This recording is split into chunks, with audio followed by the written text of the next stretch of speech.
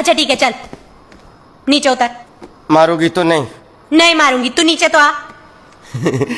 ਪਹਿਲਾਂ ਤਾਂ ਇਹਨਾਂ ਨੇ ਮੈਨੂੰ ਲਿਆਂਦਾ ਸੀਗਾ, ਮੈਂ ਭੋਲੀ ਦੀ ਸ਼ਕਲ ਦੇ ਨਾਲ ਇਹਨਾਂ ਦੇ ਦਿਲਾਂ ਤੇ ਰਾਜ ਕੀਤਾ, ਫਿਰ ਮੈਂ ਇਹਨਾਂ ਦੇ ਘਰ ਤੇ ਰਾਜ ਕੀਤਾ। ਹੁਣ ਸਿਰਫ ਪ੍ਰਾਪਰਟੀ ਦੇ ਪੇਪਰ ਹੀ ਮੇਰੇ ਨਾਲ ਲੱਗਣੇ ਰਹਿ ਗਏ, ਬਾਕੀ ਸਾਰਾ ਕੁਝ ਆਪਣਾ।